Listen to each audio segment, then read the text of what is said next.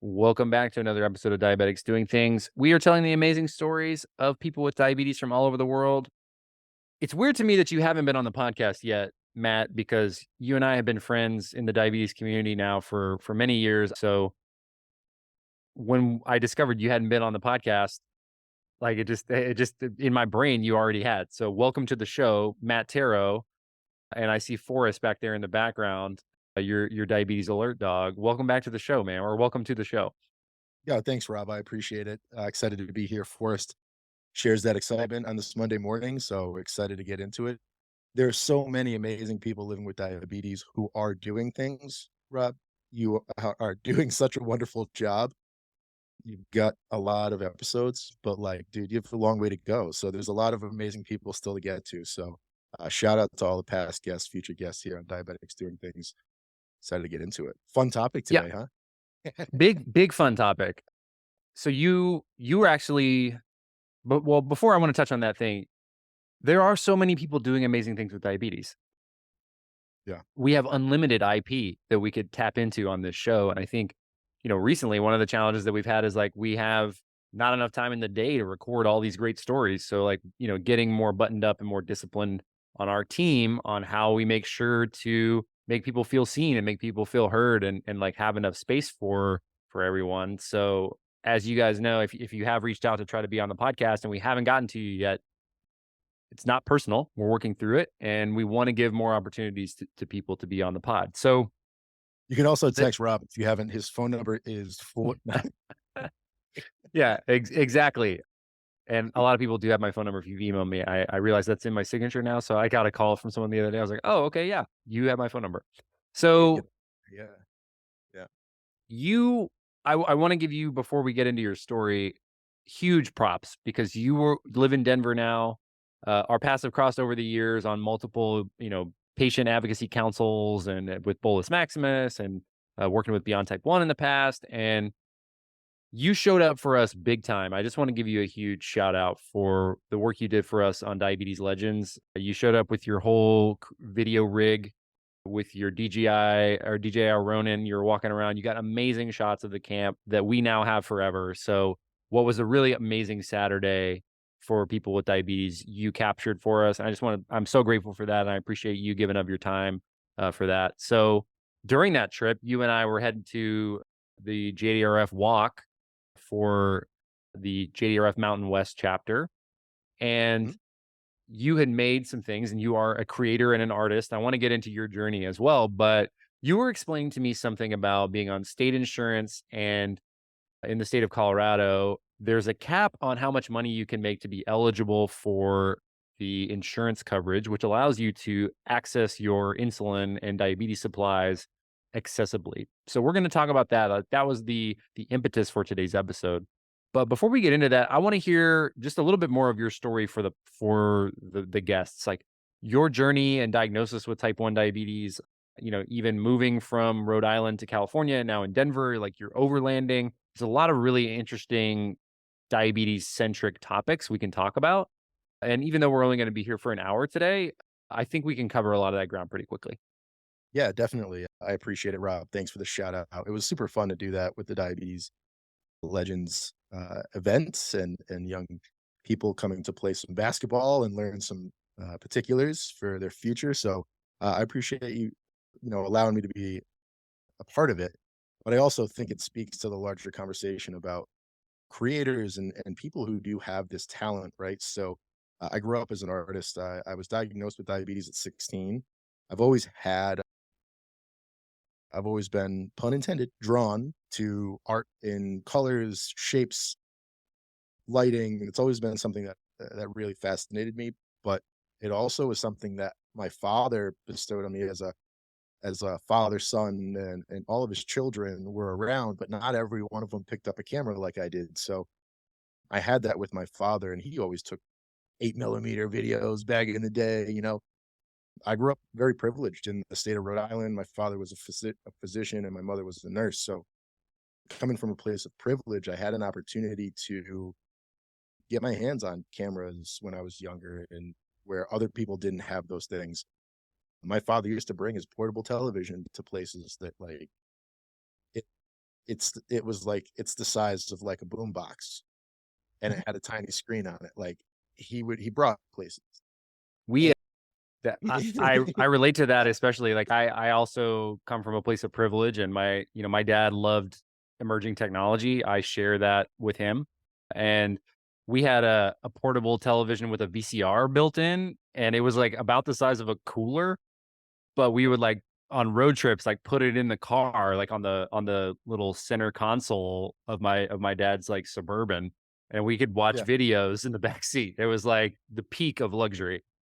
it was, and it speaks to really what when my father, as we say it and we kind of giggle, but knowing the work that we do now and who it is that we look to help serve now in the future, knowing how special it was to be in that space with my father and him doing those things. It was a personal thing, but looking back, I recognize how when somebody who works like that has an opportunity to relax, what does he wanna do? Like, that's all he wanted to do. And Hmm. so, video visuals, that was always something we had TVs in my house, we had audio equipment in my house, and so for me, it's always been about how how does that soak into what my world and what I've done. So when I was diagnosed with diabetes at 16, I wasn't this big full-blown artist and doing all this fun stuff, but I would draw and I would be in this position where I wanted to create things and I wanted to have the ability to do that. So as I grew up drawing, everybody drew. Not everybody was taking photos. So I got more into shooting with GoPro, like I'm using here today, and shooting with cameras.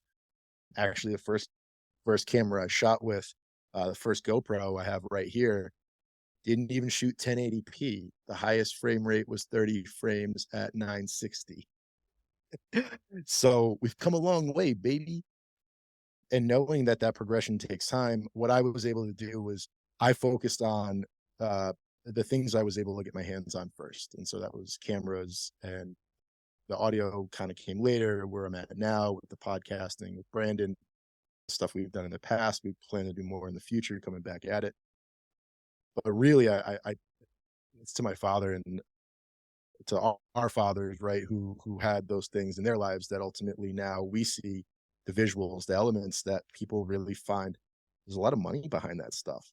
I didn't I didn't start doing it for the money. Get Right. into that.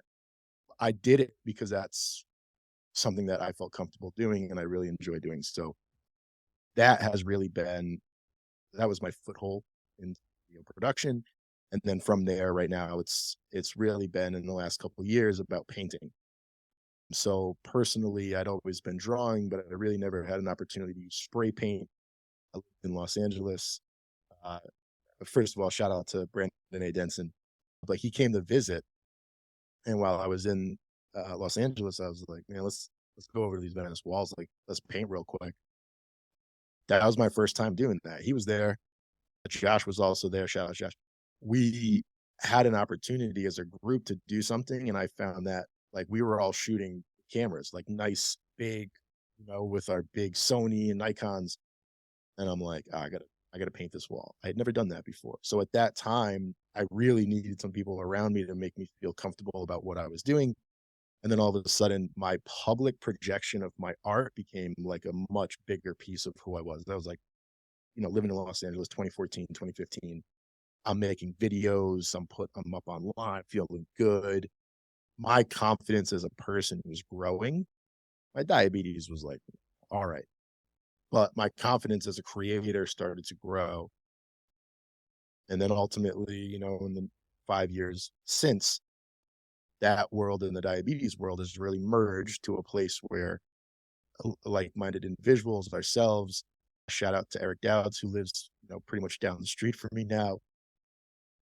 We find ourselves merging those paths where the diabetes world and our creative worlds, we're like, hey, I don't have this podcasting set up because I think I sound good. I have it because Brandon and I needed to reach thousands and thousands of people, specifically men and young men who are living with diabetes, so that we could open some dialogue and conversation about things that aren't being talked about. So ultimately, I think that background has truly helped get me where I am today, and I'm very fortunate for it.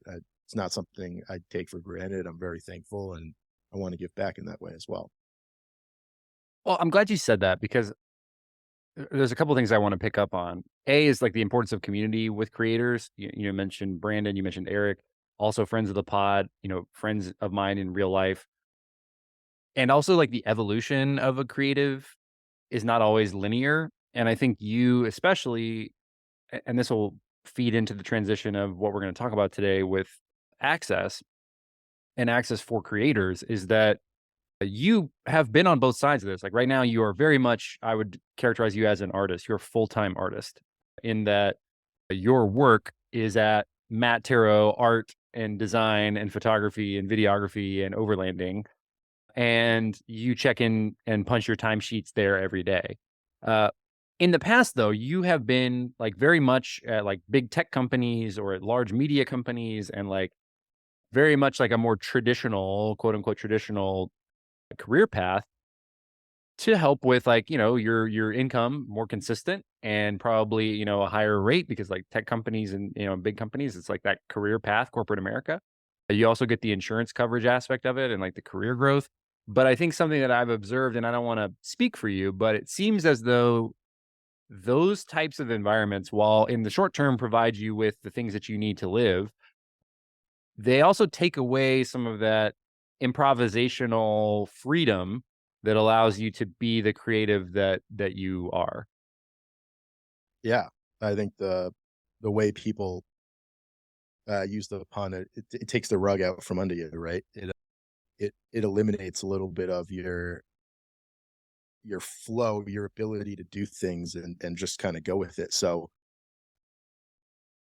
because I've worked at those companies, I had my ability to do the stuff on the side. While I was working at big tech companies, I was making good money. And you're right, the money element is nice, was nice, has been nice, isn't nice now because I've been employed. But the reason I got those jobs was number one, specifically insurance. It was always I had a father who was a otolaryngologist and ear, nose, and throat doctor. My mother was a nurse, a recovery room nurse, an allergy room nurse for 25 and 40 years, respectfully. So when I was, and they've both passed. So for me now, it was really like they told me the one most important thing they got across to me when I was leaving the nest was you need insurance. Any job you get has to give you insurance. If you don't get insurance, you're going to suffer. And it wasn't like, hey, this is going to, X is going to happen. It's like things will happen. You need to know how to prepare for them. And so Mm. I took that and I just, that's always been my number one, like, I got to get insurance. I got to get insurance. So as an artist, while you're creating and you have this space to create, it's usually like a contract per diem, like, we need you to shoot X tomorrow for $500. And that's it. All right. Well, in the state of Colorado, let's get right to the crux of it, right? Currently, in the state of Colorado, if I'm not working for a large company, my most recent job was with Havas Media. It was a contract position. They did not offer me insurance. Prior to that, I was with Oracle. Everything, 401k, benefits, everything. I had everything. That was during COVID. I got let go from Oracle and immediately applied to get Colorado insurance. This is where I was living. This is what it, so I get insurance through the state of Colorado. As I get my insurance, I'm learning. I had it in California as well. I'm learning that the government will allow anybody who is living with the needs of state insurance, like immediate state insurance. If you started making money again anytime during the pandemic, they wouldn't kick you off your insurance, where typically it just happened to me because you have to report what you're making to the government. Government's like, ah, check it out, pal. You made X, no longer qualifying for your medical insurance. So what's happened over the last couple of years is I've gone in and out of full-time positions, but I've also had the ability to stay on state insurance in the state I was living in. And if I wasn't working full time, I was living off savings and starting to look for ways to get myself out of that world and into a world of I want to create, but I need insurance to be able to do that. So it got to a point where I wasn't going to stay in California. I moved to Colorado, and then ultimately in the last several months in last year, I lose this insurance with Oracle. I get hired with Havas for Havas Media to do what I've done, getting paid $95 an hour. Like a good hourly rate. 95 $95 an hour. Uh, yeah, if I worked 1 week with Havas, I would have tripled the amount of money I could make in a single month under the Colorado insurance. So So let's say that again. So you work 1,600. at Yeah, at yeah, that contract rate at the, let's just say 40 hours, which would be probably your like weekly max, like for a full-time employee, right? yep. You is triple the amount of money that you're allowed to make in order to stay on in a month in order to stay on Colorado state health insurance as you're Like currently one on. like 2, almost like 2.5, but I just did the math. But yes, yes, exactly, exactly.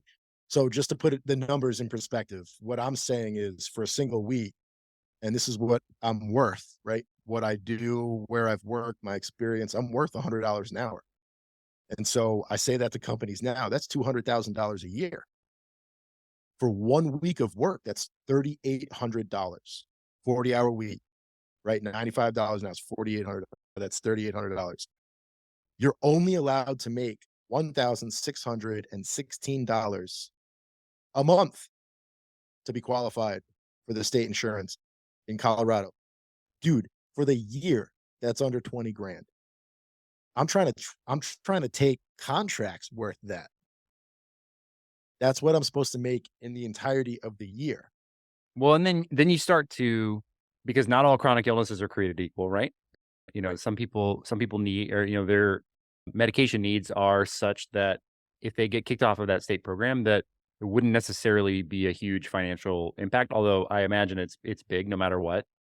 But so you're now at the point where, like you said, you're going upstream for jobs and gigs and your art, but you're having to weigh that with, okay, is this enough money for me to afford my insulin? Because you went to the pharmacy, you shared the photo right after my visit to Colorado, and that was kind of the impetus for this conversation because your costs go dramatically increase. Like, so Yep, with the on state insurance, your insulin copay is $15-$30, right? Like it's just covered like normal.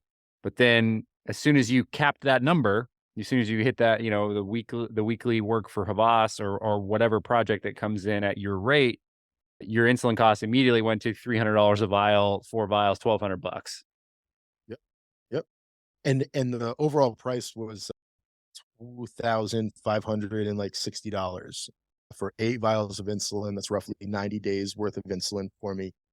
And so ultimately, that is not it's not viable, man. It's just the numbers, and I'll put it to you like this.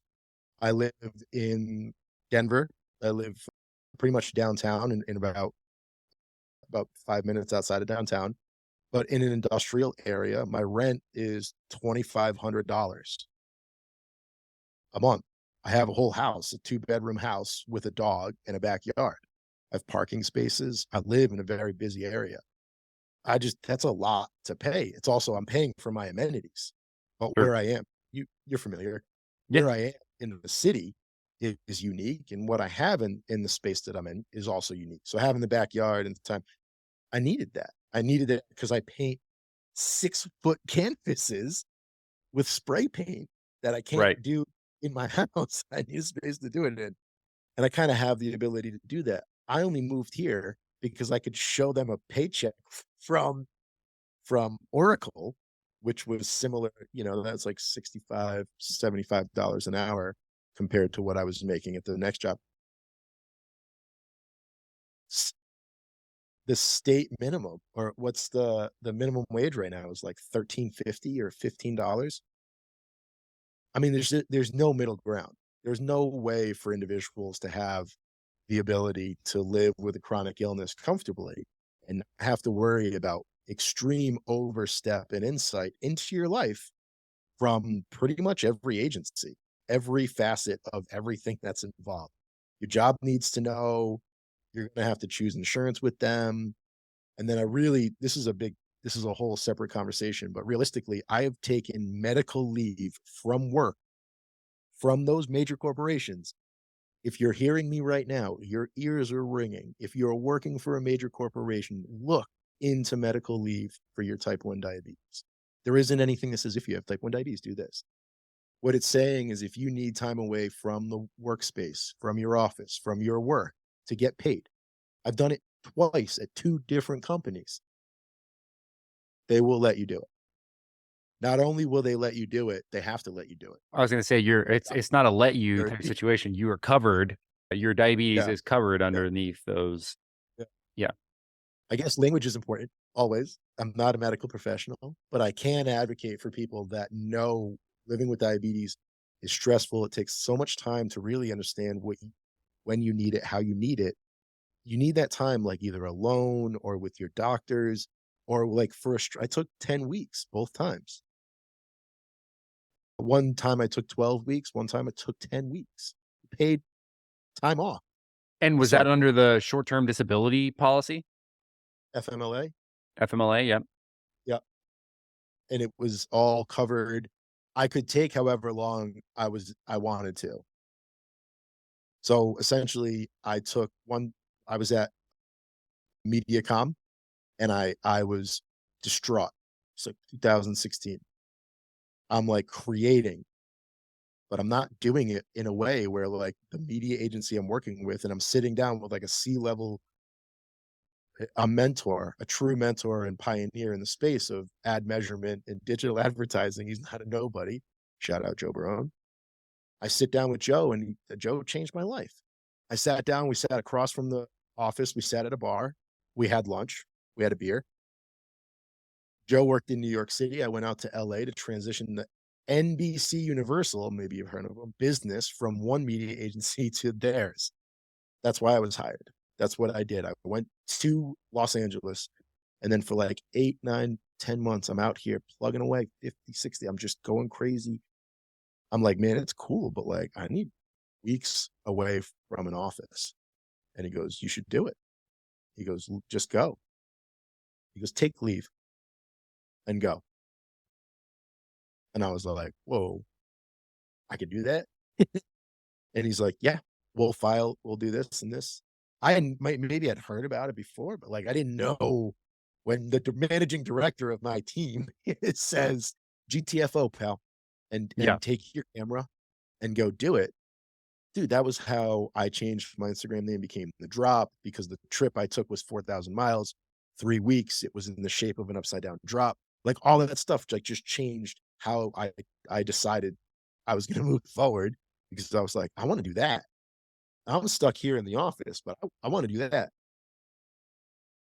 And so, yeah, having the ability to do that, that's major privilege, that's an honor, that's time, space, the elements. I got in my car, I drove 4,000 miles, I went to 6, 7 states I had never been to, I camped more times in 3 weeks than I ever had in my whole life.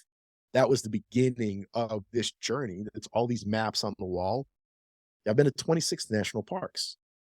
And I've traveled I 150,000 miles around this part of the country, like, that's what I wanna get to too, because you've hit on a couple of points that I wanna highlight. And one thing that I've realized over the past year or so at Diabetics Doing Things is that, A, this podcast only exists because I'm a diabetes creator. I wanted to do this, and it has continued to fuel my curiosity, and my ability to meet amazing people and find friends and community.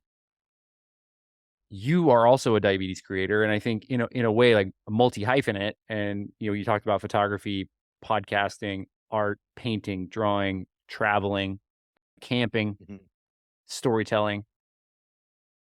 And also you talked about something that I think has been really centric to me, because I have seen so many people, because of my time in the diabetes community over the past 8 years, I've seen so many different people come and go, and they burn out for one reason or another. Sometimes life gets in the way. When I was really big in the improv community here in Dallas, they were just become like a certain age where you'd lose like 80% of this population. They'd get the dream job, or their careers would take off and they had to spend more time, or they, started a family and the family became the number one and most important thing. And so the creative side project kind of goes away. And so you lose, and there's like a natural burnout and an attrition. But one thing that I've noticed for people with diabetes who are creators is that they are creating to meet a need that would have helped them in the past. Like, so it's need based. Yeah. And there's too much of I think this is just Western culture in general. And I'm sure you see it more on the art side as well. But like, there's too much of an impetus on monetizing your concept.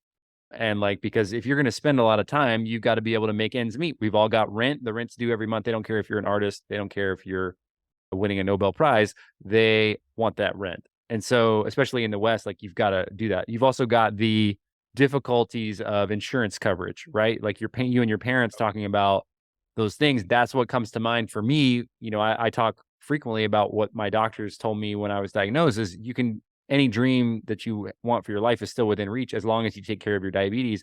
But what does taking care of your diabetes mean? It's not just carb counting and insulin dosing. It's also insurance coverage. It's also blood work. It's also pharmacology. It's also exercise. It's also sleep. It's all those things, all those inputs. Yeah. And Great. Good point. Yeah.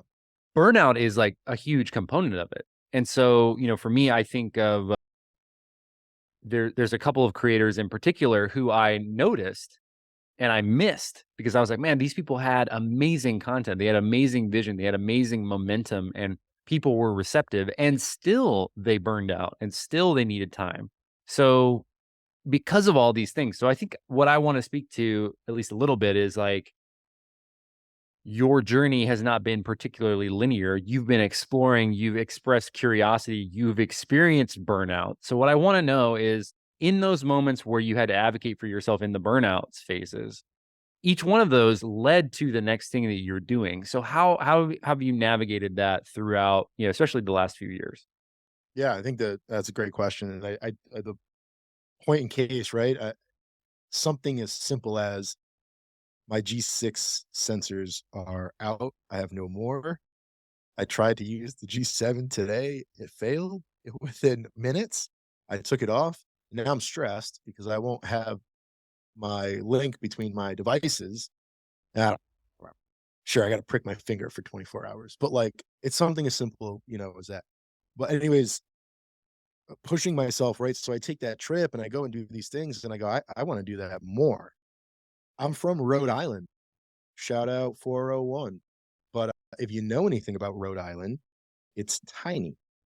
There are no mountains. There's a lot of snow. We're adjacent to the ocean as being the ocean state, but your exploration really wasn't as vast as your imagination could ultimately become. So Hmm. I never got to a point where I felt comfortable exploring in my own backyard, which is in and of its own thing. I'm like, yeah, it's all right. I go, have you been to Yosemite? Have you been to Yellowstone? Have you ever been to Montana? People are like, yeah, you should come home. I'm like, no, no, no, no, no. Home has so many deeply rooted trauma triggers. As much as I love being there to see my family, when I'm alone there, it's devastating. I've lost my parents, some of my best friends, a lot of people in the state of Rhode Island, a lot just recently too.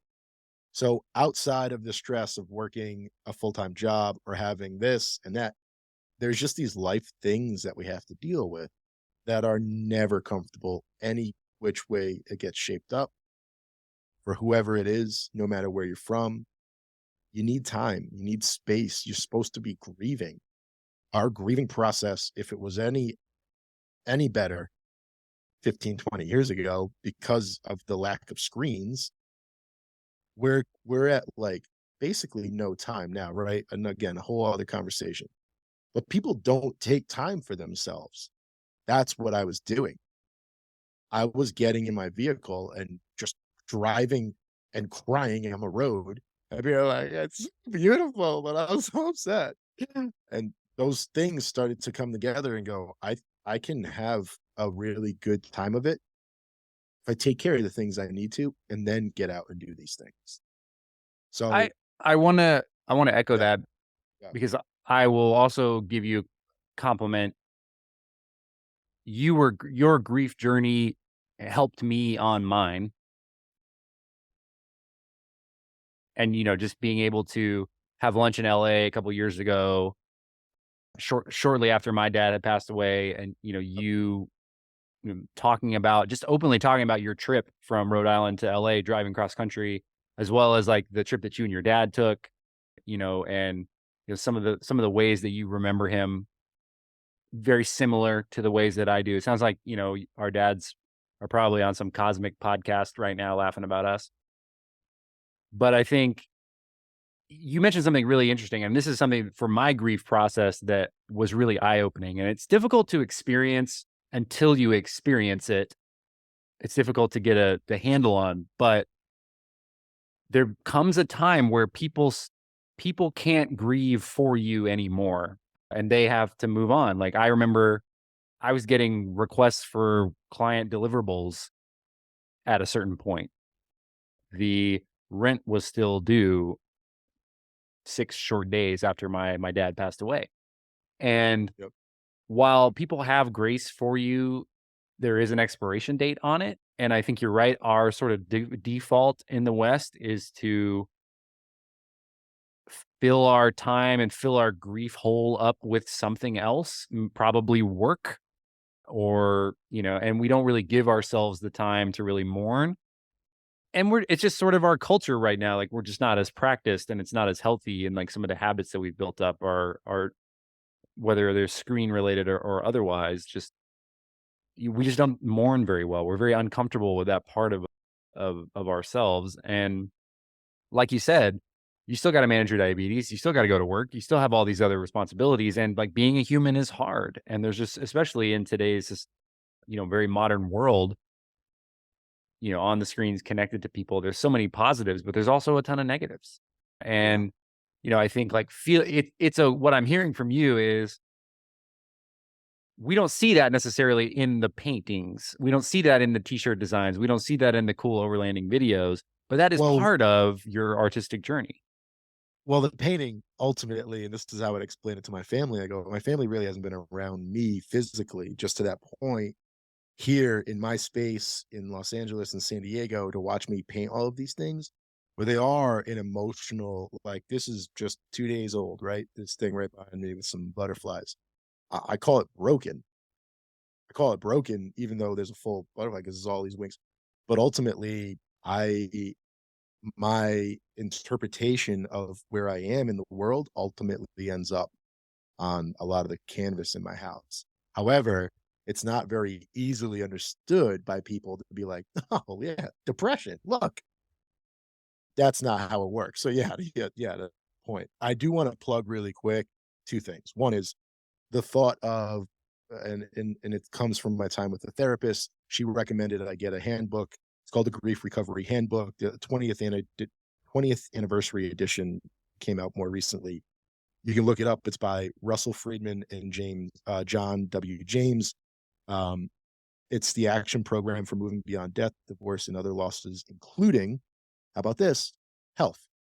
Mm. My therapist told me that before I walked in that day and at any time prior to that, living with diabetes, I probably never looked at being diagnosed with diabetes as having grief from that. And I was like, what are you talking about? Yeah. She's like, did you lose something? She's like, it's a loss, right? Grief is suffering a loss. Did you ever lose something? Yeah. Holy crap. 21 years ago, I lost the ability to be a normal person. I have a grief recovery handbook that outlines specific steps. Well, I can and write a I letter think to I think myself too, and like, tell it. for people who are diagnosed at 16 like us, or, 2 or 3 years old, 5 or 6 years old, 10 years old, you're not really in a phase of your life to like grieve. You're kind of Right. just taking it as you go. But I think Fair. that is also more important to do it later because later. Yeah. that grief is still there, that loss is still there. Just because you haven't Right. made peace with it or reconciled it, that's inner child work ultimately. Just But, like, keep going. diabetes is Right. part of that. Yeah. And there's a core to it from the diabetes element because it touches everything you do. I can't do certain things, and I never had looked at it in such a way. Then once I started to, I realized. Ultimately, though, finding yourself in a position, especially with your artistic freedom to create and do these things, creating it is one thing, showing it to the world is a totally different. And being in a place where you feel comfortable and confident to do both of those simultaneously, that's big. Because a Mm, lot of people like me, I have a lot of art at my house right now. I'm trying to sell it, you know, but ultimately, if I was just somebody who wanted to paint, maybe I have one canvas and I repaint it every week. That that might be something. I'm the type of person who I'm like, I wanna do a show. I wanna make 50 of those, and I mm, wanna sell them. And then ultimately, hard launch here on Diabetics Doing Things. But, like, my new business that I've set up in the last couple of months here in the state of Colorado is something I wanna live here, I wanna start a family here, I wanna be here in this state. I started my business here for that reason. But ultimately, it's a diabetes focused endeavor because of the ability to bridge those gaps. So my traveling and my off-roading and overlanding, sleeping in my truck with my dog, being able to do that and then go from city to city and paint with different groups and get different projects, murals up and off the ground. That's the goal and that's the hope. And we talked a little bit about being able to take, some elements of old diabetes t-shirts and hoodies and that sort of stuff. that's Uh, right.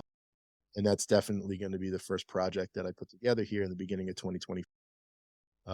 For people that I want your old diabetes wear because newly diagnosed individuals should get something from the community.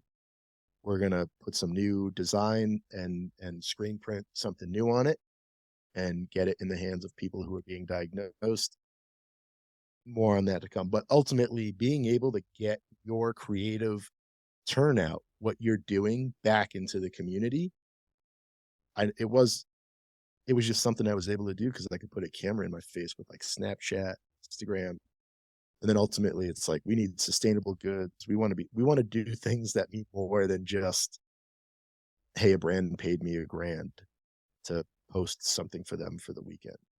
Well, I think that's what's really interesting kind of even about diabetics doing things is the evolution. Starts as a podcast, get some traction. I've gotten a lot of amazing individual opportunities, some paid, some not, most not. But the point being, you start to evolve. Like you go from, oh, hey, I got my first sponsored post. How cool is that? Got our first podcast sponsor to, oh, now we're developing a diabetes education program for North Texas Food Bank.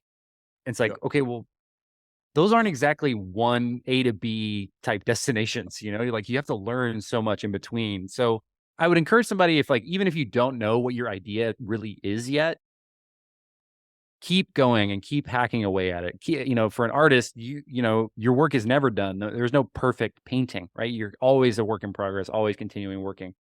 As an athlete, it's the same way. You're always refining and you're always adjusting, taking in information and applying it.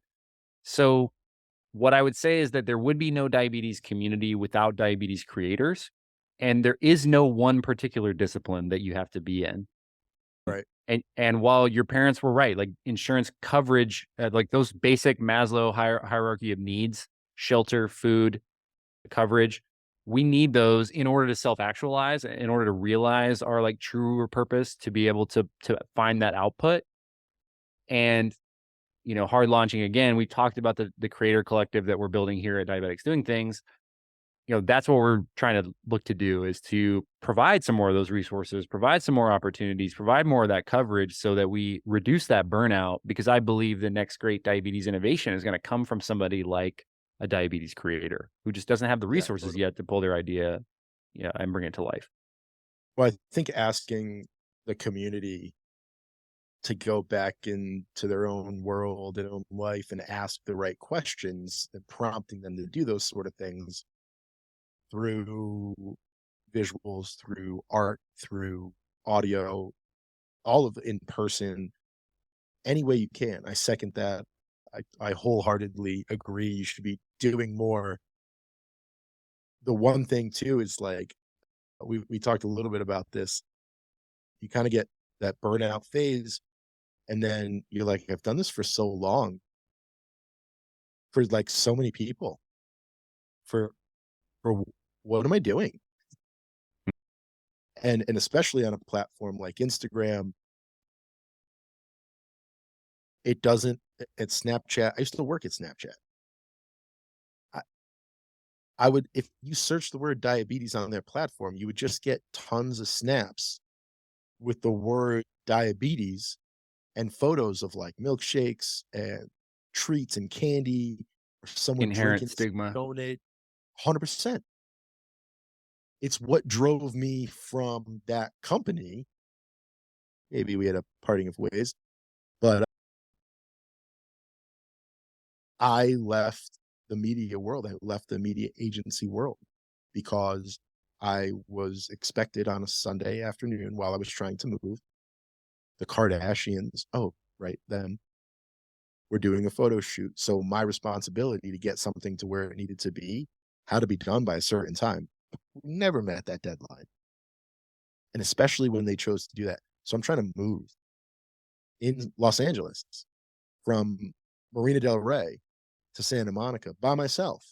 I'm already, it's the first time I'm living by myself fully doing this whole thing. I got to stop in the middle of my day, put everything down and go back and do work because that's when they decided. I was like, F this. I'm not doing this anymore. This is not conducive to my lifestyle. I need to be Yeah, because you ultimately, lose some of that freedom. It's yeah. part And of it's a after I service left, industry, right? after I left Los Angeles, I went to San Diego, started working at Tandem. So I was like, I need to work at a job that I'm doing something good. I need to do good things. Like, let me do good. I can do good. Let me do it. Why was I doing what now feels like just terribly deceiving construction of ad campaigns that really got people nowhere? Like, why did I want to do that forever? I was a creator of what most people looked at as like, oh, I hate digital ads. I was an evil a trafficker of evil. I've trafficked billions and billions of ad impressions across the internet. My guess is I at one time served most people I know a digital ad. Hmm. How Interesting funny is perspective. that? They didn't know. They didn't know. Yeah, billions. Especially, I worked in digital ad operations for 10 straight years. I worked on NBC Universal. They had specific pieces of creative that garnered hundreds of millions of impressions alone, one day. So there were days on Snapchat, no doubt, between 2015 and 2016, when I was working there, that people I knew would open up the app and use something every day that That I you made or helped you put there. trafficked. I didn't make it. I helped put it Yeah. there. But because I didn't make it, it started to get to me that like, what am I really doing? I'm just doing this is like whatever. So that piece is ultimately what drove me. I was like, I need to make more for myself. I'm a creator. I know what I'm doing. I like colors. I like shapes. I can do this. But I think So that and I know we're running out of time here, but that self-awareness, you didn't just curate overnight, no, no. right? That takes a lot of work, a lot of inner work, and I'm sure work with your therapist on who am I? What do I want? And I think that's also part when I talk to my therapist about it is just like kind of aging in today's world is like you start to realize, yeah, there are new things that are for you and there are also some things that are not new that are no longer for you that you either outgrow or the time just ends on. And I think those are Roughly. uncomfortable and we kind of have a stigma against quitting or a stigma against leaving things behind that no longer serve us. But, I would encourage anybody listening, like if there's something that really keeps bugging you in your life, I'm not telling you to go in your boss's office and quit right now, but I mean, maybe entertain the idea because that could be, life's too short. I think that's another thing that grief teaches you is that any minute you're spending wasting on this earth doing something you don't wanna do or that's really making you upset, you run the risk of that being your last moment. Yeah. I I think I can't echo that enough. I definitely believe in doing some self-reflection. I personally have used in California and Colorado something like, cannabis, and now that I'm in Colorado, psilocybin mushrooms. I I am not quick to the anger like I used to when I lived in New York City. I am not sure. I get hot-headed, I get upset. I take walks, I spend more time in nature. I do more things for myself now than I ever had in any other place that I've ever lived. But I do them because I'm actively doing them for me. I Mm, want them for me. I wanna do those things so that my future and my success is built on exactly that. So, yeah, I agree. If you're in a position now where you are creating, you're not sure, keep going. Do not stop. Don't stop. Can't stop, won't stop. But if that truly is the piece that's holding you up, what I would say is, who are you doing these things for? And is approval from the outside sources and the validation, is that truly something that you feel like if you're looking for validation, trying to recreate something that other people are doing and putting it out there, put it all down, go for a walk, put it down for weeks, take a break, come back to it with a fresh mind, but do it your way. You're an individual, like do it your own way. And that's always something I think that I've tried to do without maybe even taught it, just from school and experiences. But I would, it's out there. And now there's an opportunity to ask somebody like Rob, who's creating that type of space for the creators, somebody like myself who is a creator. We'll we'll get on the calls with you. We'll talk about what it is that can be done with what you have and where you need to go, but we can't draw the plan for you. You got to do it. We want to help you get there that's right. for Well, Matt, sure. man, I appreciate you in a myriad of ways. Your perspective, Thank awesome. you. I'm glad that Thank we you. finally got you on the podcast. Even though Happy to be here. Yeah, happy s to be here. it seemed like we've podcasted many times over the years, but man, there's so many parallels, so many things that you and I see eye to eye on. And again, I just want to express that gratitude for you coming out and capturing an amazing day for all of us at Diabetes Legends inaugural basketball clinic in Denver. Looking forward to seeing you again, and big love to you, brother. Thanks for the time coming on the show. Yeah, Rob, thanks to you and your team, and I appreciate time today to talk a little bit about it. And shout out to everyone living with diabetes, doing amazing things. Hopefully, we're coming to a city near you soon.